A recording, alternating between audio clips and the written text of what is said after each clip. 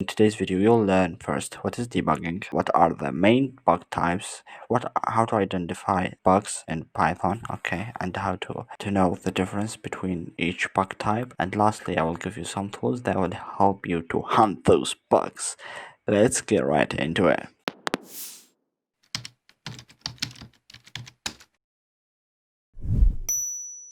First thing, let's see, what is debugging? Basically, debugging, and I quote, is the process of detecting and removing of existing and potential errors, also called as bugs in software code, that can cause it to behave unexpectedly or crash. So as you can see in the left side, we have three main folders, okay, besides the visual code and the virtual environment. So we have logic errors folder, runtime errors folder, and syntax errors folder. So we'll first start with the syntax errors. So the most common type of errors is, especially when you just get started, is the syntax error. So this basically happens when you misspelled one of the keywords or you forget a crucial part of the Python syntax, or basically the grammar, as we've said. So for example, in this program, as you can see, I forgot to add the parentheses. If I run this code, syntax errors, syntax, you see that I get this syntax error. Let me scale this up. So I get this syntax error, and it's telling me that missing parentheses in call to print. Did you mean print hello world and with parentheses added? So now if I just selected this, added the parentheses, saved, and run this again, I got the correct output, or the intended output I want. Alright, so that's it for the syntax error. We have also name error, and this happens when you call a function. So let's close this. So this as you can see, this is a function that takes a name and then it returns a string with hello and the past name to the function. But the problem is here I misspelled hello and I wrote hello. Okay, so if I run this in syntax errors, name error, you see that I get name hello is not defined and I get a name error. Why is that? Because there is no function that called hello. If I just fixed this to make it hello and run this, it's gonna work perfectly fine as hello YouTube, because we passed YouTube here to the hello function. Alright, so make sure to add the parentheses if that what the error you see is like, and make sure to not misspell any words, and make sure the case is identical, because this is case sensitive. So if, for example, this I wrote this H capital, and though it's when defined was small, it would still cause an error because it's case sensitive. Okay, the third error in the syntax errors is the indentation error. This is one of the most annoying errors, because here what happens here. But in Python, the compiler, or the interpreter, not the compiler, the interpreter identifies subcode, or like nested code, by indentations. Okay, so indentation can be a space, like one space, four space, one tab, whatever, but it must be unified. So if you are using one space, you must use one space everywhere. If you're using tabs, you must use tabs everywhere. Don't mix, because when you mix, so for example here, as you can see, I did two spaces, but for this I did one tab. Now if I saved this and come to run this syntax error indentation, you would see that I get this error that tells me in line 3 an indented does not match any outer indentation level. So it causes an indentation error.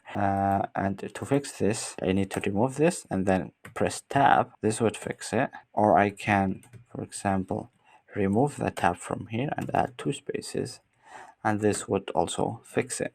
Now, the fourth type of syntax errors is when importing from third or from external modules. Okay, so as you can see here, I'm importing the py from the math module, and if I try to print this, or not, without even printing, just this import should be enough to cause an error, because as you can see, there is no such thing as pi in math.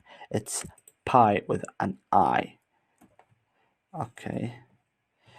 And if I run this, you can see that worked perfectly fine, and now I can print the pi value, which is 3.14, and so on.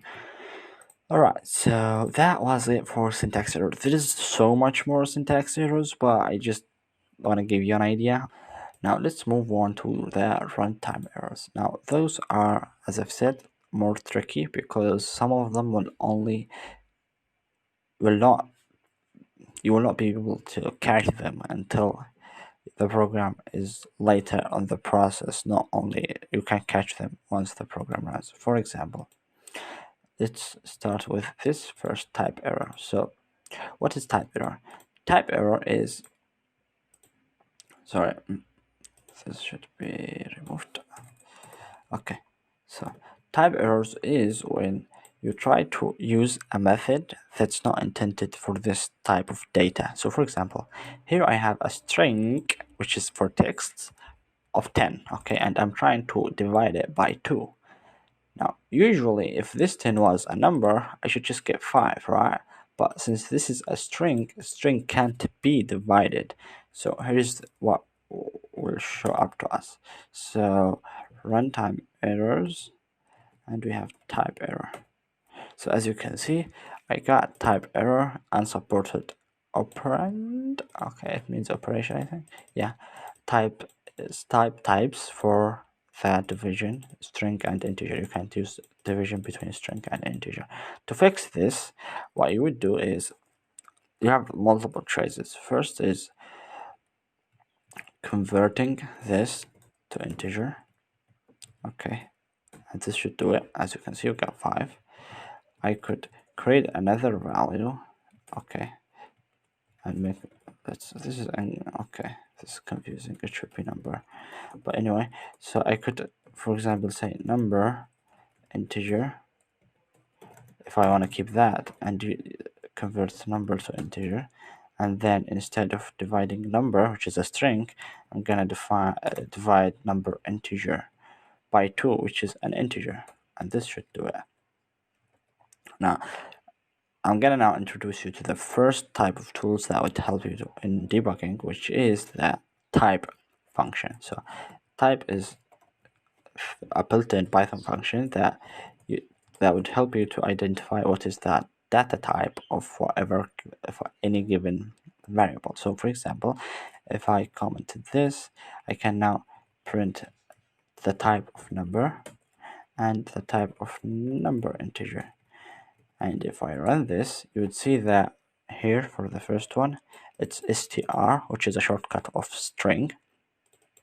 The second is int, or integer, or int. So since this is an integer, it can be divided by 2, which is an integer. But this, since it's a string, it can't be divided by 2.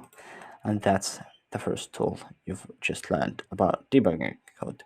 So we're gonna learn a few more as we go, so stay tuned. Alright, so the second one is, if let's say you wanna add like I am, for example, this is age. Let's say this is age, and say I'm trying to say I am blah blah blah old. Okay, so I'm, for example, 5 years old. So I can say I am 5 years old, right? Now, weirdly enough, if I try to run this, I'm gonna get this error, which is a type error also, that would say can only concatenate a string, not integers to string. So you can't add as an integer to a string. You can't use this concatenation, or because here when you use the plus sign with strings, it does concatenation and not addition. So we have multiple solutions, as I've said. For example, we we can, let me show you a few of them. So first one you can say is unite this string, okay, and use the formatter, and then pass age over here. This would do it. You can also use integer function over here, and this would do it. Or sorry, a string.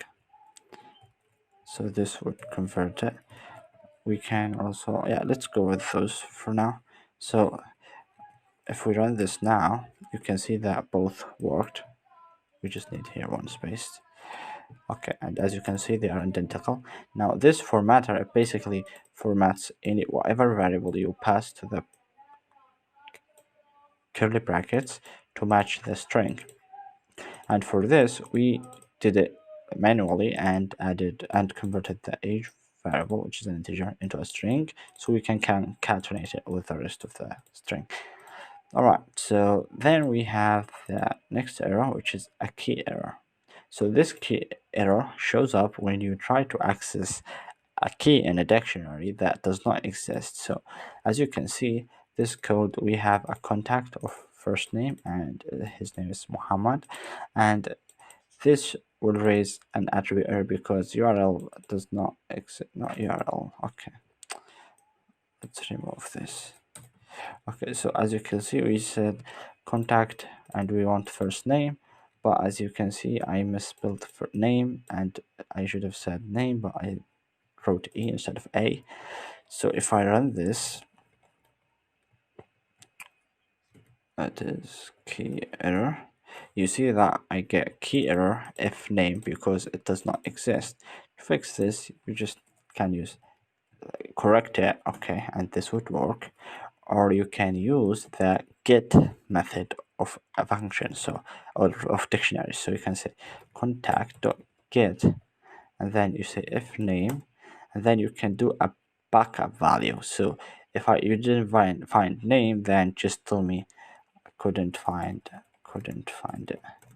Now what does this do is it does not break the program, because instead of showing error, now it would show the first name value, which is Muhammad, or if this does not exist, it would show couldn't find it. So if we run this, you see it printed Muhammad twice because it found it here and here. But if, for example, we said last name instead, it would say Muhammad, and then that couldn't find the last name. Okay, so yeah, after that we have files errors.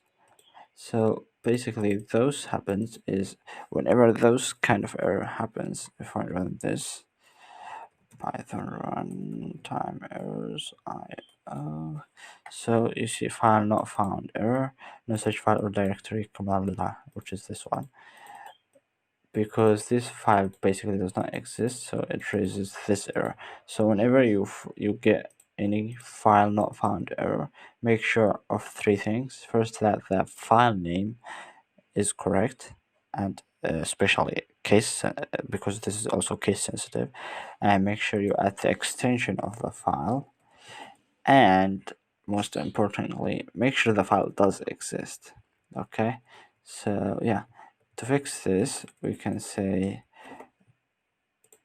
refer to a file that does exist. So let's create example.txt and say hello world,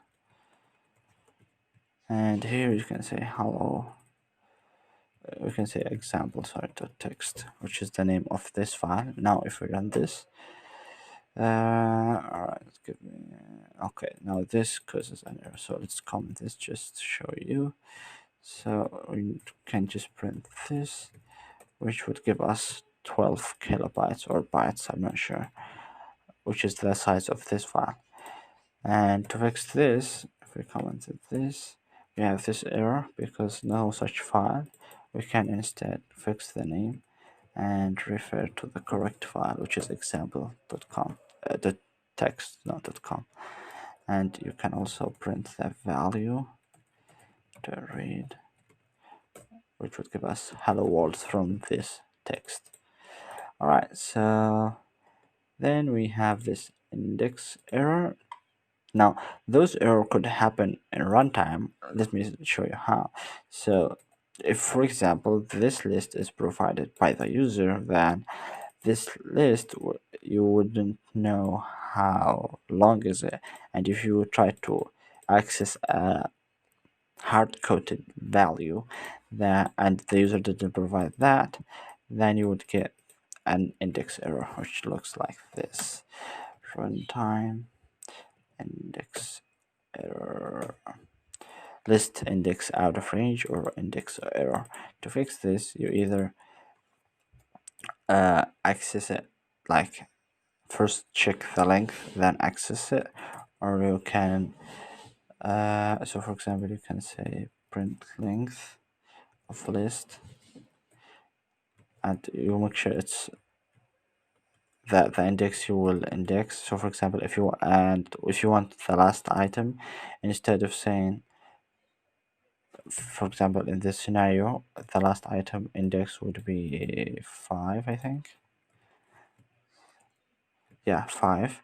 You can instead use the -1, which would give you the last item no matter how long is the list. Okay, so you don't have to specify the index. So those cool tricks helps you with identifying the, or helps you with avoiding the hard-coded errors, which, as I've just mentioned,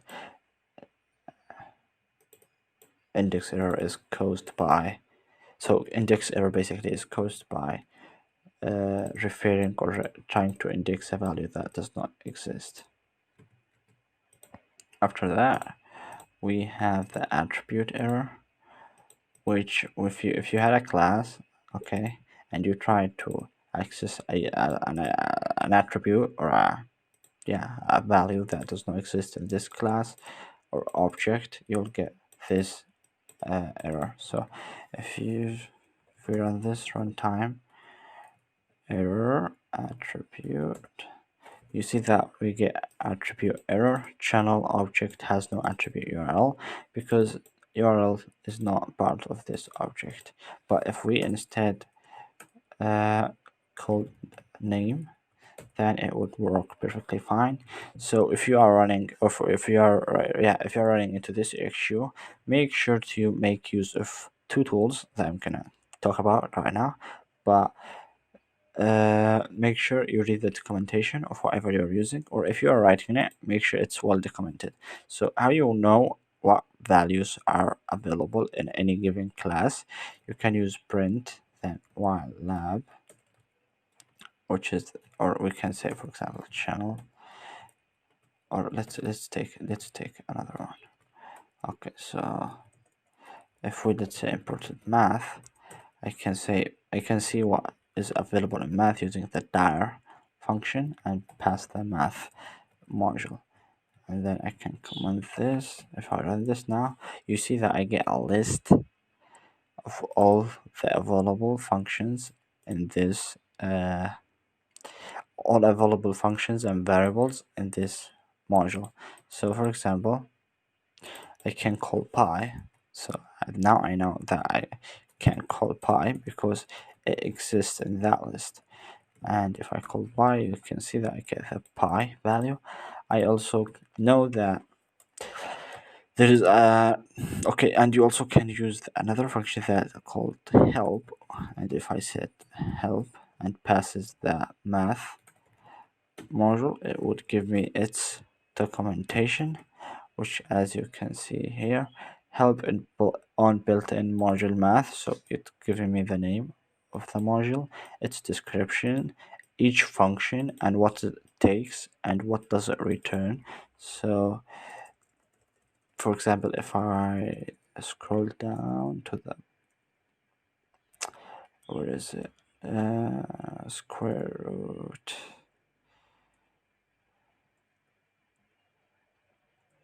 greater common divisor, as you can see, it takes x and y. Is finite, is infinite, is none, is square root, natural logarithm of absolute value, etc. So you can see each function and how to use it. So this returns the power, radians, returns the sign, square root. So yeah, so as you can see, return the square root of x and y. And you can see we also have data, which is e infinite, not a number, pi, and I'm not sure what's this. All right, so yeah, you can then quit using the q button. So that's it for those two helpful functions with debugging. All right, so then after that we have yeah, we've covered that here. So now we will jump into the third and the last category, which is the logic errors. So logic errors, as I've said, the program would run perfectly fine, but it will not give us the desired result. So for example, if we run this Python logic errors if conditions, I will get program is broken. Though I'm checking if A equals B, and A and B are basically one, okay? But here's the catch. A is a string, B is an integer. So when it compares them, they don't match, okay? So it does not print hello world, it prints the program is broken. Now, here's what you do. You have like multiple solutions. First, you want to check using integers, so you integerize both of those values to make sure you are comparing integer to integer. So if I run this, it would give me hello world.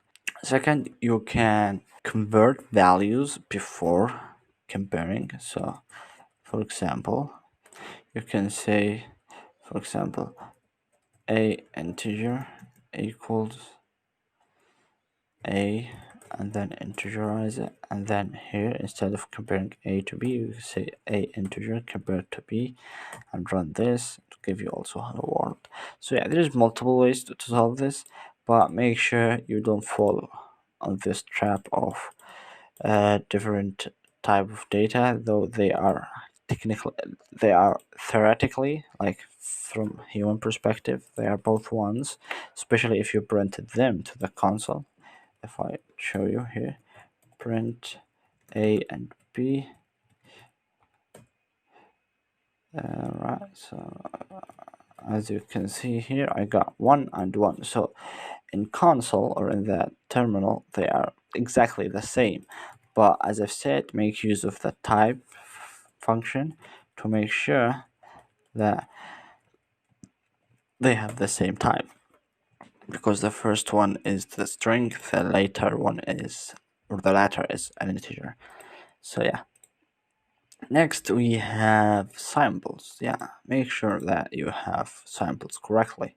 So for example, we have this function that's called add, and it should add a to b, but instead I forgot and added a subtraction sample. Now if I run this,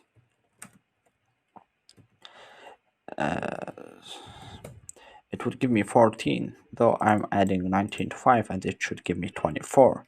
But so to fix this, I would need to change this to be a plus sign. So if I run this now, it should give me the desired result. Now, lastly is objects.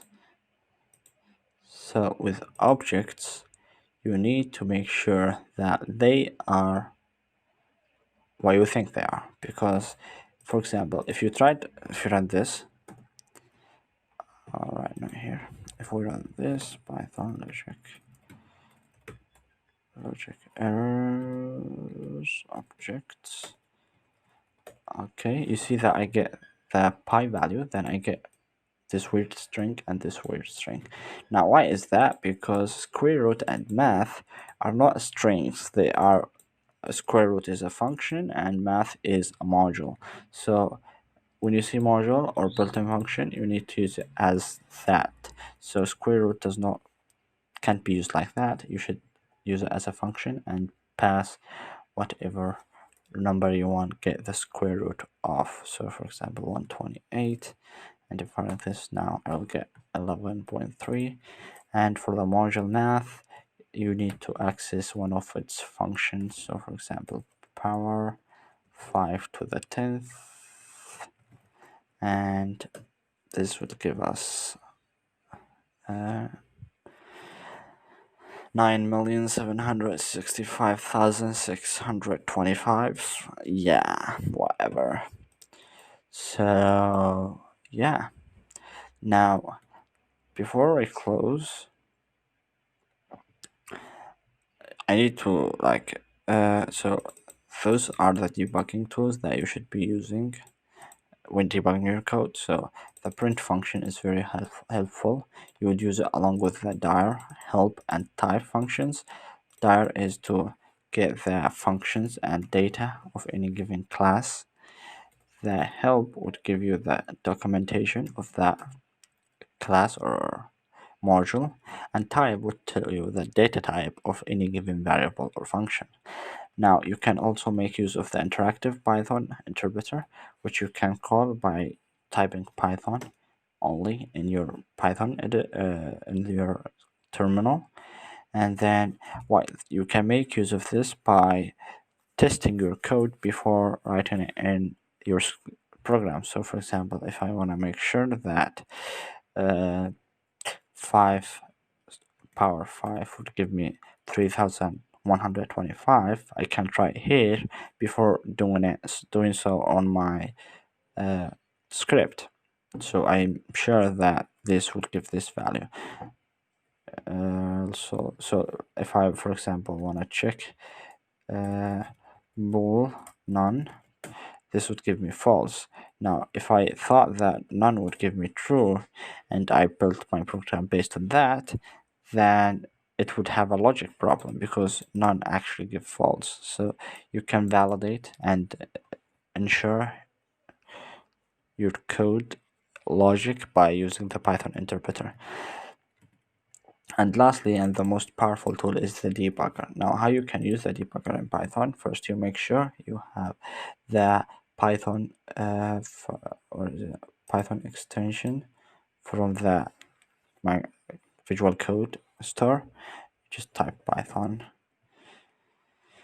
It's the first one, downloaded 25 million times, and you make sure that you are enabled, that the virtual environment or the Python environment is enabled. Then you can, in your code, just type or press F5, or you can go here, run, and start debugging. Then it will show you this menu. You just choose Python file. Now, I'm going to show you some tricks in here. This will run the program and closes. So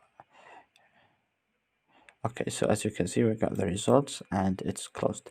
Now, I want to, before it's closed, I want to, for example, let's say I have a problem over here. So I can just add a red circle, which is called a breakpoint. And you can see all your breakpoints over here. You can see I have one in line 5. So now if I run and debug, you can also switch to the debug tab and then run and debug. You can see that it runs and stops right here. Now what's great about this is you can check the values and go step by step in your code. So for example, now I have pi is 3.145, so I can say, okay, all right, so I have pi. What is the value of pi? Okay, it's 3.145. Okay, so what is the value of pi multiplied by 5? It is 15. So what would be the integer version of pi?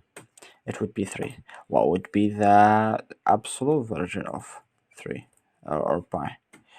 It would be 3, but okay, you get the idea, right?